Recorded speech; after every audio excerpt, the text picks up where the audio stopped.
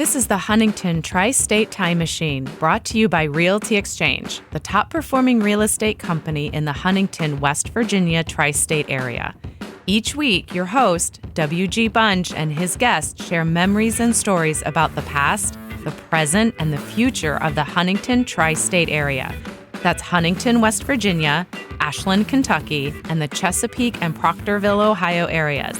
If you used to live here or you currently live here, you're going to catch yourself saying out loud, "Wow, I remember that." Now, here's WG. Hey, what's going on? Here we are. Oh, are you ready to rock? Hey, we're talking those live music rock and roll venues of the Huntington Tri-State Area on this episode of the Huntington Tri-State Time Machine. I'm your host, W.G. Bunch. Thank you so much for being here. And special thanks to our sponsor, Realty Exchange. You're thinking about selling a house, you're thinking about buying the house, you're thinking about investing, flipping, you need somewhere to rent, whatever. Realty-ex.com. Go to the website. You'll see listings you're not going to see anywhere else. Thank you very much, Realty Exchange, for being the sponsor. They will hook you up. Now, here's what we're talking about today, everybody. We're talking about if you were here in those 80s, early 90s, and you used to go out, hear live bands play and whatnot, these two guys, one or both of them were there. First of all, I've got Al Kendall. He's been on a couple of our episodes. You know him. You love him. He's awesome. Al, how are you, brother? Doing good, WG. Thank you for having me once again. As I tell Al, he's a fighter. He's a poet. He's a preacher. He's been to school, and baby, he's been the teacher. Often. We have a new guest with us from Columbus, Ohio. This guy has history with so many bands. Probably the best one that the number one band that you'll remember him from, his namesake, Oney. We've got Chuck Oney from Columbus, Ohio, coming in from the Buckeye State. Chuck, how are you, man?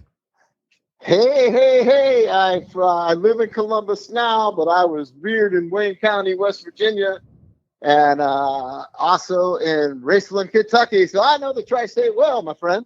There you go. And let me tell you something. When I knew I was going to do an episode of rock and roll clubs and live music venues and that type of thing, and people would throw names around, you should be proud to know that your name never came up. But no, I'm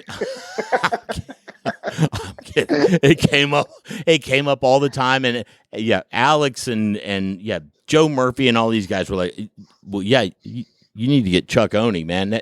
That guy, I used to go hear their band, and they were like Untouchable, and he was the Godfather. Like he plucked the little youngsters out and brought them up to be rock gods. I don't know if that's really the Godfather, or that's or if that's more Michael Jackson-ish. No.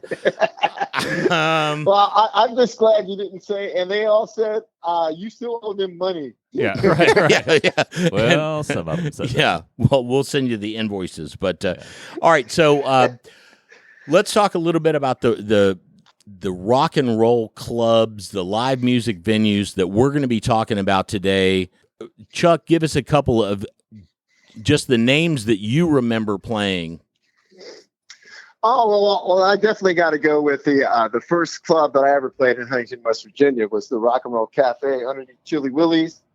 And then I would say a club a biker bar where I've honed my skills was the park in Ironton, Ohio, formerly the Barn. And I got lots of memories and great memories about those places. Wait. Okay, this place in Ironton, the park. Yes. is that an outdoor place or an indoor place? The park, the No, barn. it was a small dive bar. It was a barn. It looked like a and barn. It was it was a cool place for us because for some reason the owner kind of took it was called the barn, and then they changed their name to the park. And I don't know why they changed the name to the park. I guess maybe because they gravelled the whole parking lot. It was all new gravel, and then I don't have no idea why they changed the name. That's not good. But for some reason, the owner Bruce took a shine to us, and he loved us, and he made us basically the house band for the summer of '89. And when I hear that song, "Summer of '69," I changed back then. Even I changed the lyrics to "Summer of '89" because I think we played every week there, but maybe 2 out of the whole summer from like June to like late August. That's pretty awesome. All right, Al, give me a couple that are on your list. Actually, probably the first one I ever snuck into was Rockers. That was more the metal club. That was where the heavy metal bands played. Rock and Roll Cafe, Which is where's Rockers? So Rockers was on 3rd Avenue, where the stadium is now. Maybe the little locker rooms there on the side or something. Yeah, you know what? Alex just reminded me. I take that back. The first bar I ever played was Rockers in Huntington, not Rock and Roll Cafe. I played Rockers in another band called St. Michael. Oh, Sorry, okay. Alex, go on. Yeah, no. So 20th Street, you've got Varsity, Double Dribble. Yeah, those are on 20th Street, and then around the corner on 3rd Avenue. On the right. Yeah. Okay. Yeah, and at one point it was the Mad Hatter, so it's the same building. I remember the Mad Hatter. Yeah, I know. And then they moved the Mad Hatter to 10th Street for a short while. Yeah, and Rockers moved out to Point down Pleasant. from the Pig and Whistle. Oh, okay. All right. Anyway, yeah, Rockers. And Alex was out tried at to Point- burn the bar down, but that's a whole other story. Yeah. And you got Rockers and another one that we're going to be touching on here in a bit. I got to get to the bios of you guys. Yeah.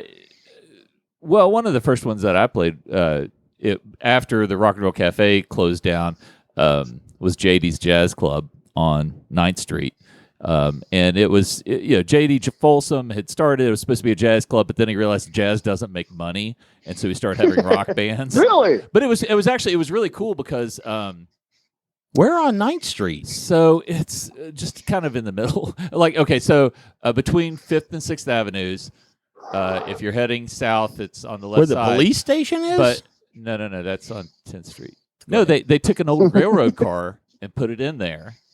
And so the seating and everything on half of the bar was actually a railroad car. It was kind of cool.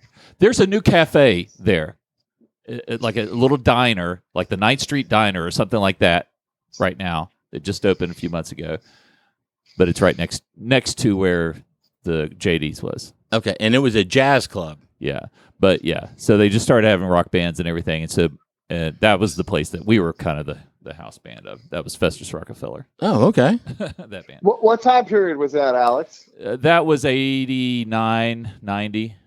So that was the band I had. Festus Rockefeller was one where you brought us up to the park and played because I guess you got lazy after you had to play all summer. Yeah, no, that was like the first bar that ever asked me to do like an open mic type thing. Yeah, and you guys played there. I remember that. You guys are really good. All right, Chuck, how old were you when you got into your first actual, this is a band and we're actually going to get, you got paid to be a band. How old would you have been at that point, and what was the name of the band? The first band I ever actually played a live gig with and got paid because they passed a hat around, and I still have the actual dollar. I got paid. I think we all got paid like $5. I still have one of the actual dollars in a photo book, and got on the radio and actually got to play out. And I was 18 and I was in a band called Warlords. Oh, all right. Yeah, that was my first band of ever playing out in front of public and, making money, was that when whatever money we made. Is that when you were playing drums or were you singing yet? And we were heavy for the time. We were based out of Ashland, Kentucky, and that was, it's, and I didn't realize in that band at the time, because that was the first band I was actually the lead singer for instead of a drummer trying out for bands. This would have been 83 through the beginning of 83 through 84, felt like the end of August of 84.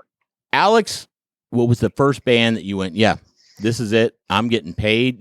You got a check, or, well, maybe not a check, but maybe you got a beer. Maybe you got a shot of Jaeger, I don't know. But something you went, hey. Well, yeah, my first regular band that we got paid for or whatever was Festus Rockefeller, playing at JD's. My first paid gig was sitting in for a drummer in a reggae band, but I may have told that story before. I don't know. Yeah. This was at the Rock and Roll Cafe. I didn't even know that story. You don't know that story? Yeah, no, hold on. Wait, So, hold, all right, yeah, all hold, right. wait, All hold right. it, hold it. He's going to savor the moment. Watch. Yeah, wait, hold.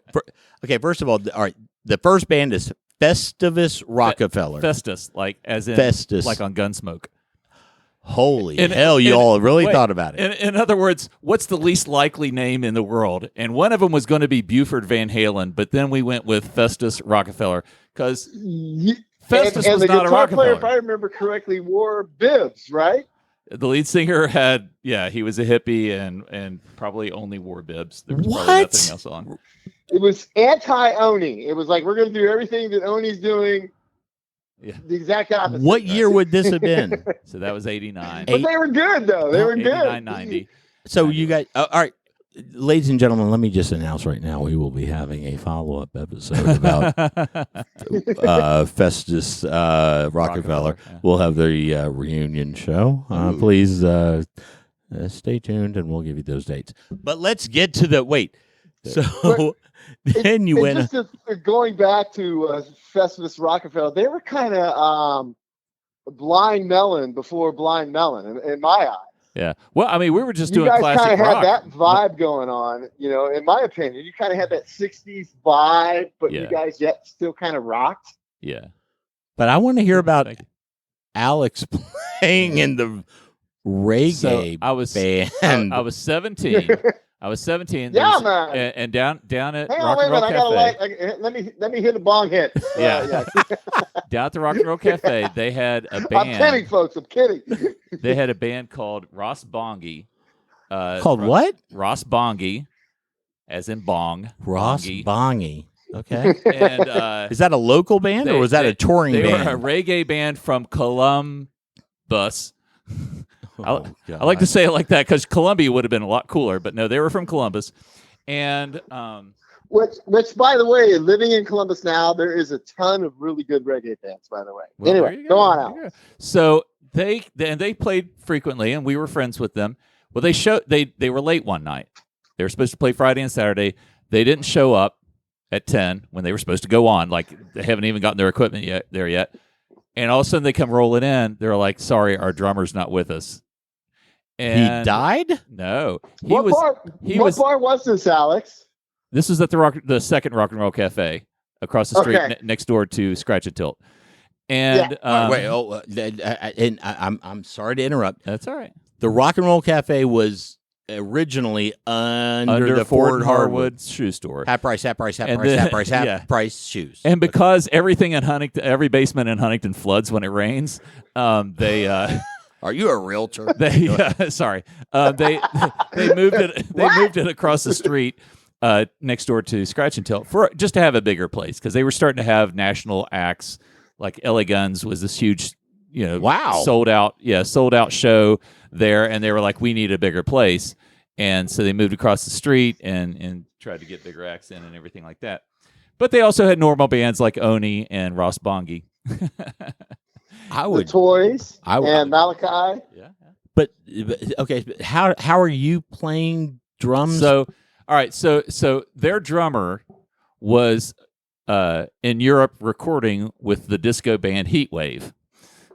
oh baby, We're riding on the groove line tonight. So they were still, I guess, popular in Europe in '88. they're still popular in my house right today. So- Me too. But see, the band was based. Always and forever. Sorry, go ahead. Heatwave was based in Dayton, Ohio.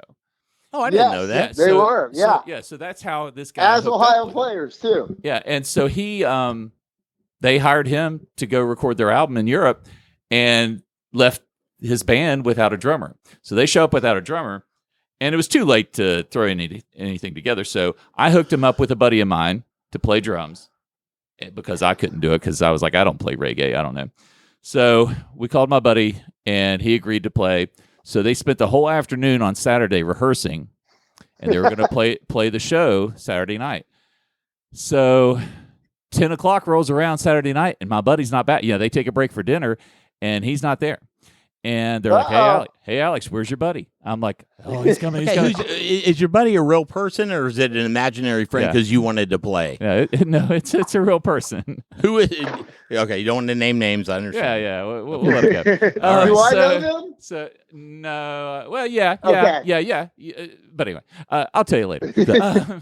But like somebody who is versatile at jazz and rock and funk and reggae, I figured it all goes together, right? And I call my buddy. And the thing about the payphone at Scratch and Tilt is you had to get the high score to actually get a line out.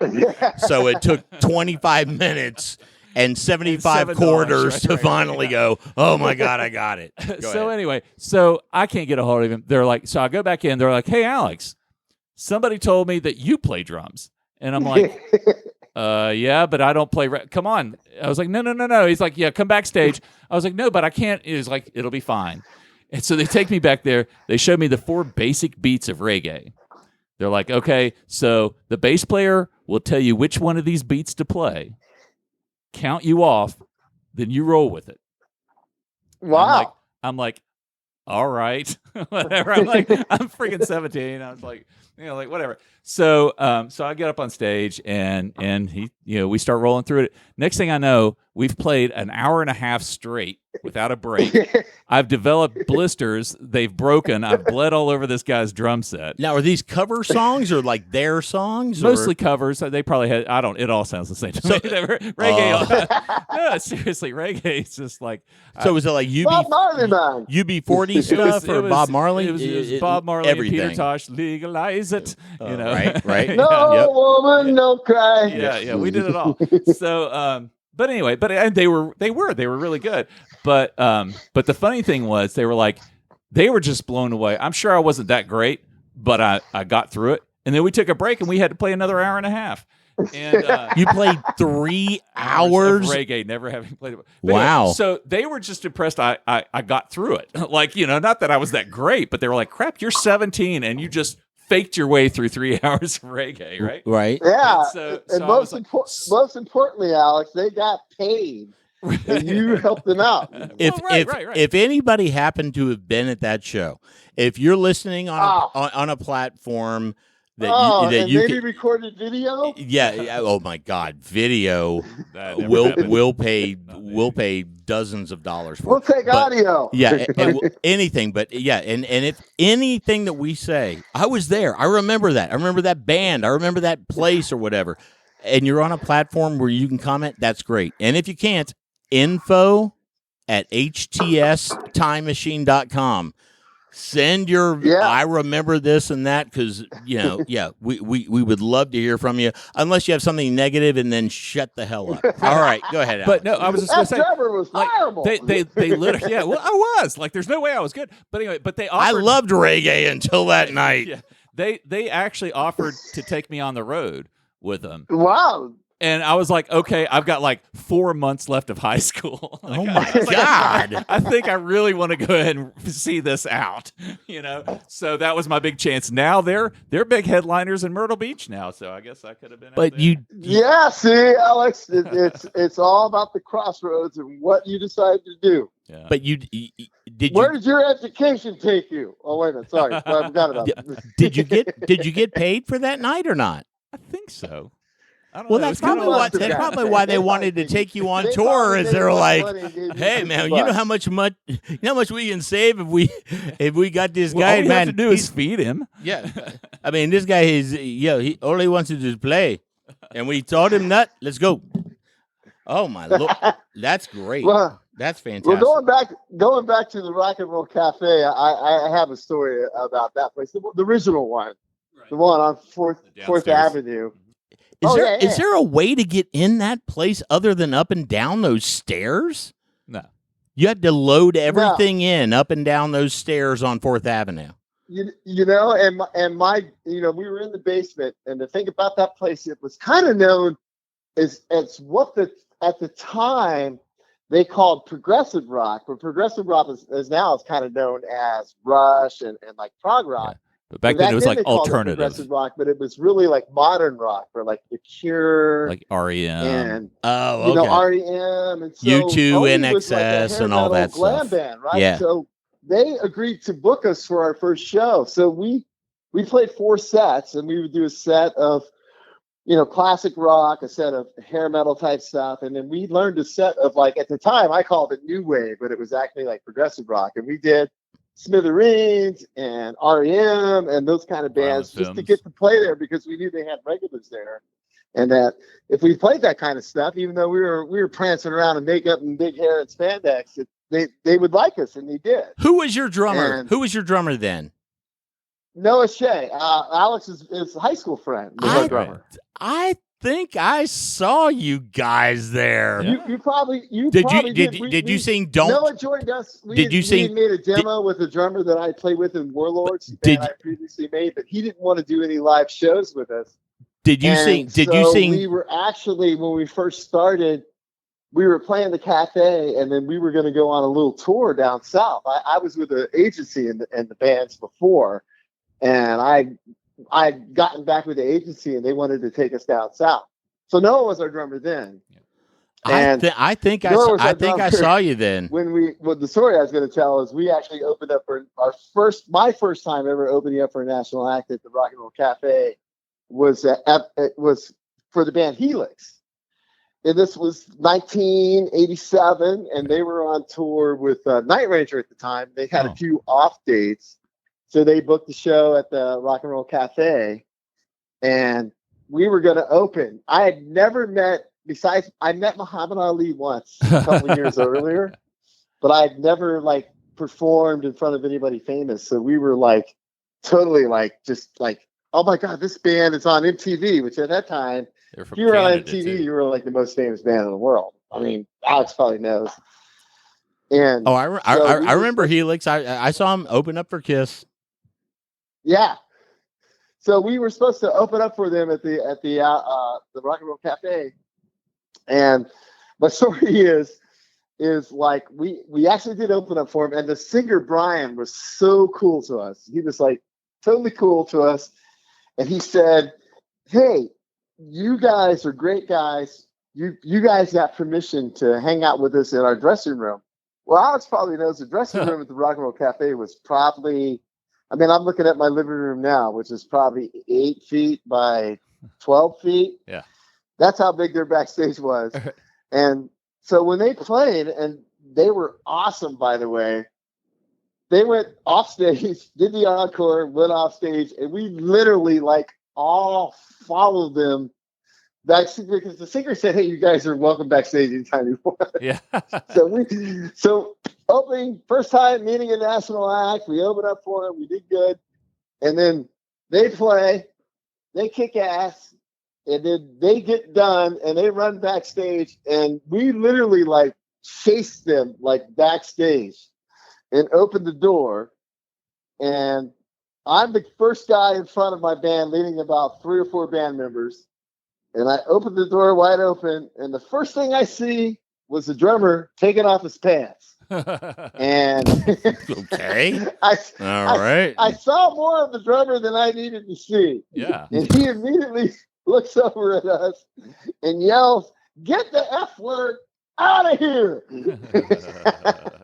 What? So we slammed the door shut with our tail between our legs, because we thought we were going to hang out with our friends and our new friends and idols, and they were using you. They were just they were saying what you wanted to hear. Later on, the singer Brian came up to me and he said, "Hey guys, you guys had, you guys could come back and hang with us backstage, but not immediately after doing the show. We're changing our clothes." Thanks for telling us now. And to this day, I still have the image of the drummer and his wiener. God. Oh my! Anyway, I'm sorry. I just wanted to tell a rock and roll cafe story. That's a rock and roll story, and there are a bunch of Muhammad Ali fans right now going, "Thank God it was not what we. Thank God he didn't go that direction." Another fun story about that night is the two. I ended up at the bar, and the bar manager that Alex knows real well, Jay. Yeah. He, for some reason, he took a shine to me, and we were like buddies. And so me and the two guitar players from Helix were hanging out at the bar, and we were all doing shots. But I was the only one not paying for the shots because Jay would give me free shots. And so we're sitting there drinking, and one of the guitar players is kind of hitting on my girlfriend at the time. And he's like totally like hitting on her and being very obvious he's hitting on her. Just look at me and go, this guy is totally hitting on me, and I don't want to have anything to do with him. And I was a rock star for the moment because I was like, yeah, dude, I'm going home with her. So anyway, I just wanted to give a quick little rock and roll cafe story. I'm sorry if it wasn't quick. No, it was good. It was fine. So Alex, in the reggae band, did you get to go backstage? Yeah, that's where I learned the 4 basic beats of reggae. That's all you learned? Yeah. Is it really? What do you mean? Yeah. It's a freaking reggae band. That's all you learned was the 4 beats of reggae? They didn't teach you anything else? Well, that's all they taught me backstage. We were just talking about backstage. Well, what? Hey, reggae is hard to play. Trust me. No, I'm talking about things that are legal now that may not have been legal back then. That's all they taught you. Nah. And this was what reggae band was this again? Well, I'm sure they had it. But they didn't teach you, and they wanted you to be the drummer? I got bad news. I don't know if this They is don't a real have to band. share their drugs with me. They don't have to, I was the perfect guy to take on the road. Oh. They all they had to do was feed me. I would have been happy. My God. All right. Hey. God bless them. All right, let's play a game. Hey, everybody. All right. We're playing a game. All right, here's what we're going to play. This is a game Alex has not played, and Chuck has not played. We want you to play while you guys are listening, and it's completely subjective. It's called Which Was Better? Now, this is from the past. If this, back in the day, which was better? And we'll start. Yeah. We're going to start with Alex. Alex, which was better?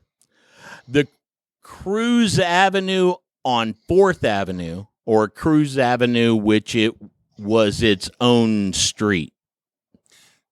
4th Avenue. I mean, the original natural 4th or Cruz Avenue. Chuck, your answer. Oh, man, because my first Cruz Avenue was in Ironton, Ohio. Oh, tell us about that. I met a couple cuties there. I will say when it was its own street, because that was the only time I ever really remember being there by then. All right. Chuck, we'll start with you. Which was better? When you first discovered CDs or when you first discovered streaming music? Oh, I got to go with CDs because the mission girlfriend earlier that I was with when the Helix guys were hitting on her, I was with her the first time I ever saw a CD. Her parents bought 3 CDs. Leonard Skinner, Street Survivors, U2, The Unforgettable Fire, and Michael Jackson's Bad. And that was the first time I ever saw CDs in my life. So I will say CDs. And I still collect them, by the way. Alex, how about you? I like the permanency of CDs. But which out of those two, which did you go, wow, this is crazy? Yeah, I thought streaming was better because CDs were just a more convenient record album. You know what I'm saying? Like, I preferred record albums. I liked the convenience of CDs, so they didn't blow my mind. But streaming, just being able to just reach up into the sky and just grab at songs and crap like that, I love that. All right. Okay. Next question. Alex, I want you to think of your favorite drum kit that you've ever had. And Chuck, I want you to think of the best just gear you ever had. Mic stand, amps, whatever it is. You're Guitar. ready. Okay. You're ready to go. Now, here's my question. I'll start with Alex. Which was better? The very first car you owned or your first drum set that you owned? Car. Okay. Yeah. Chuck? Oh, I gotta say, and I gotta go back to drum kit. It's my first drum kit was bought from Pied Piper in Huntington, West Virginia, which was an awesome music store. My dad bought a red sparkled Kent. And Whoa! At the time, it was a three-piece kit, and it was awesome. And I've been looking for one since because I sold it stupidly. Well, so here's the deal. My first drum set was a hand-me-down from my uncle, Kent, and it was a blue sparkle Kent, but my uncle's name was also Kent. But that's crazy. If you search for Kents now, and at the time I was told, this is a second grade, in the early 80s when my dad bought it, it was kind of in a CB 700 back then. Right. They are well sought after and they're hard to find. So this one was from the 60s. Thought he found one, and a guy I recorded with, and he sent me, "Hey, I got an offer on a Kent, but it wasn't actually a Kent." And I would kill to have that drum kit today, and I so regret selling that kit. Mine burned up in a fire. It was my first car was a piece of crap '73 Chevy Malibu that we called the Blue Wonder that my sister didn't want, that I actually had at 15. But I wasn't old enough to drive because she moved away and she abandoned the car because she wrecked it. My Kent drum kit, I wish I had today. All right. Here, which was better? Now, you might have to think about this just for a second. I'm not going to give you too much time. And Chuck, we'll start with you. What would be better?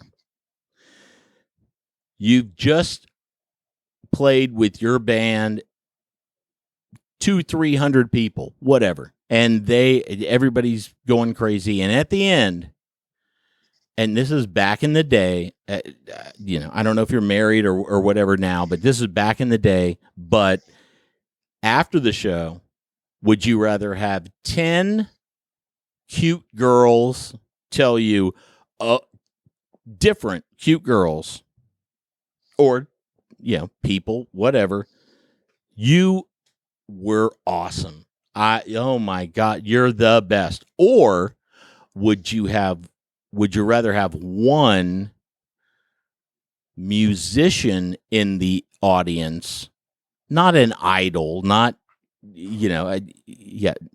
Robert Plant or anybody, but somebody that you knew when you see them? Oh my God, that's so-and-so. Would you rather have the 10 cute girls say you're the best, or have that one person who's famous say, "Hey, you got some talent. It sounded good"? Which would you rather have? Oh, I had back in the day check my band out and kind of go, you guys are okay. You guys play rock. I'm in the country. And I'd rather go with the 10 cute girls. Sorry. What do you mean, back sorry? then, why are you today, I'd rather go apologizing? with 10 cute girls. No apology necessary. But and Alex, what about you? I have to make my answers complicated. I know that's why you have me on here. Yes. I think I play with the motivation to impress the girls, but I think I put more stock. Like I think I appreciate the compliment from the musician more. Like I think it would actually mean more to me. Although, but which would be better? Which would you can only have back then one. the chicks for sure. There you go. Think hard, Alex. Yeah, because that musician guy's gonna go home. But I'm just saying like I can't think of any compliments from girls back then. Maybe I just didn't get any. But as far as playing and everything goes, as opposed to like once or twice there was somebody I sort of knew, but I also knew that they were professional musicians and everything, who gave me like kind of a thumbs up, and I was kind of like, wow. I mean, I can remember those instances. All right, well, guys, I appreciate you being on here. Here's why I've got these guys on here. Maybe if you're listening to this, you remember these bands, you remember these guys. Even if you're just a fan of 80s, 90s, 70s, just rock where music was played by musicians. There is and I know that this is going to be captured forever, and probably I'll get a lot of awards for it and stuff, but that won't be for years. But as of right now, there is an event coming up this weekend. And this is May the 20. 28th, right? I can't see my tattoo. I should not have put it above my. I should not have put it where my tramp stamp is. 28th. Yeah, May 28th. It's the Hooligans Homecoming, and correct. I'm on a holiday. You guys correct me if I'm wrong. It's all of these bands we've been talking about that played all of these places we're talking about, who live all over the United States. They all come in for this. This is the sixth. Yes. This is the sixth one, and they rock out. And Alex. Yeah. So yeah. Basically, it is. Yeah, we got people coming in from Alabama and Ohio, and sometimes we've had people coming in from California, Florida, New York, Tennessee, absolutely. That used to play at or attend or whatever, because most of these bands I was just watching, at Ritter Rocks and things like that, and but I knew the guys and I worked for the guys and I would jam with the guys and things like that. But anyway, it's just all of us old rockers or whatever. We get back together every the Saturday of Memorial Day weekend every year. So that's the thing. We might have it coming up. We might have it coming up and everything, but as this will be available in perpetuity. That's a big word. Thank you. I've been practicing it all day today. Alex went to school. Yeah, and so, but anyway, but yeah, so you can count on this pretty much every year. But it is absolutely 100% a benefit concert that helps Facing Hunger Food Bank and Little Victories Animal Rescue Shelter or whatever they call it. The musicians we're just doing it to have fun and to see our friends, and we perform free of charge. The whole thing is put on by Tom Boggs and Nick Tarpley. Now, do we bring donations, or is it just cash at the door? Do you want us to bring some? I mean, well, yeah. So they accept canned and non-perishable food items for entry. Or you can make a cash donation to either Little Victories or to Facing Hunger. I don't think that they want donations of pet supplies and things. I think they just do cash donations with them. But either way, you can put $5 into one or the other or both, and $10, $20, whatever feels right to you. I got to tell you, you're going to get a lot of entertainment out of that. And it's where where is this happening? It's the Loud, which was the V Club, and before that it was the Valhalla Club for the old school Huntington people. Oh, 6th Avenue and 8th Street. Correct. Okay. Yeah. And I don't know if that was on purpose, but we are storming the Valhalla. It has a Viking theme this year. And yes. There you go. And if I can interject here, Alex and Tom and Nick, they do all the grunt work. They do all the heavy lifting, and a lot of us musicians just come in and we do our deal, and some of the bands are bands or known bands around who maybe have, like Oney, started in the Tri-State area and moved on elsewhere. But there's like Tri-State area bands, and there's new bands, there's up and coming. There's old school musicians like us and like Alex's daughter Jillian. There's like newer musicians and stuff. There's actually several we're children. playing all the old school music and that everybody knows and loves, and we're just doing it like Alex said. It was just like a fun thing to do for fun for us, but then we realized we can turn this into like an event where people can come. And I've had people ask me, I'm from the Tri-State area, and I'm from family, and I know family members who've had tough times. And I've had friends who say, "Hey, I want to come, but I don't have any money." I said, "Dude, go buy a 25-cent can of corn and bring it and get in and have fun." So it's whatever you can afford, and it all goes to a great cause. If you want to bring 100 cans of corn, great. If you want to bring one, doesn't matter. We're going to be doing it from noon to 8. Come in. I've had friends of mine who just like, I hate heavy metal, but this is a great cause. So I'm going to come in, make a donation or drop some food off, and I'm going to get the hell out of there. But I love you guys. But I just, so it's whatever, that's, we don't care. We're just trying to do it, to A, have fun, B, see old friends, and C, help out the community we grew up in. Now this is it's a daytime thing, a nighttime thing, Yeah. or what? Yeah. So the first note kicks off at 1 p.m. and we will wrap it up around 8. Sometimes we linger. But I gotta wait a second. I gotta ask. Is that because of the age of the audience? By 8, we're like, hey, enough. CSI is on, right, Alex? Yes, do what? and no. Yes, we do. We doors technically open at noon. Yeah. Yes. Sometimes we've done it in amphitheaters and parks around the Huntington area, but also sometimes we do it at a bar, and they still have events at night. So right. Well, they had event. Yes and no. They had an event. We're old. Yeah, they had an event at night the first year we did it there, but then they realized that they pretty much like made all they need to make for the day with us. Like seriously, it's a big event. It's like one of the best money makers for them because they're not paying a band anything. All we're doing is bringing in people to drink and rock and have fun. And so it's all so we appreciate them letting us do it there. They've got a great sound system. They've just remodeled it. That's why they changed the name. It's the Loud now, and it's got a great layout.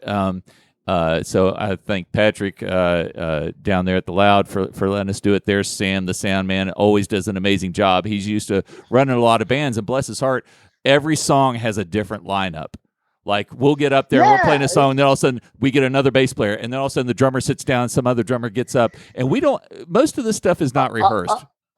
I've literally played songs with people that I don't know. Yeah, yes. Now, last year wasn't such a good thing, but there was a couple years. Sometimes it's good. Sometimes it was a great thing.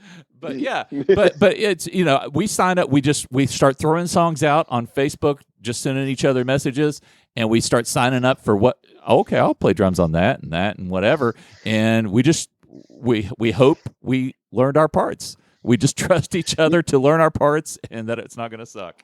And most of the time, it doesn't.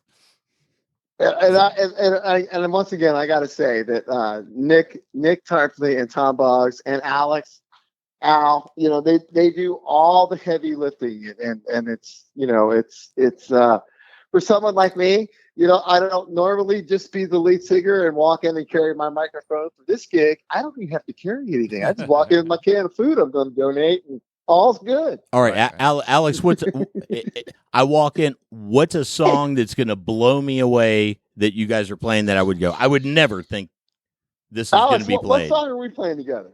I don't ever look at Alex, I got to admit to you now, I don't ever really look at the list super closely. Right. You are such a rock star, dude. Yeah, we're doing your numbers up, right? That's a good one. Old school, but old school. Something everybody knows. Well, what are we doing one together, of the songs, Alex? like one of the, I know that you and I don't know what we're doing. But I mainly focus on the tunes that I do with my daughter because I don't want to suck it. And so she's doing this year she'll be doing Barracuda. Ooh, nice. And can I admit now on this podcast that I'm offended that Alex doesn't love me as much as he does his daughter? No, don't be offended. It's only natural. But we're doing some Runaways. Yes. Yeah. Also, so yeah, it'll be some cool stuff.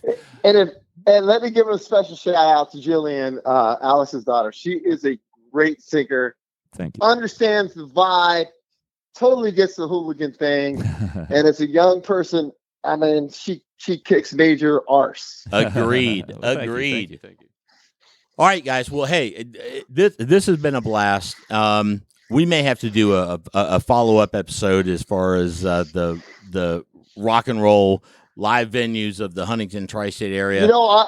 I am so upset I'm so upset. You in the questionnaire you had spandex question. I've been sitting here for 2 hours in my spandex, and you've not yet asked me to send you a pic, and I'm real offended by that.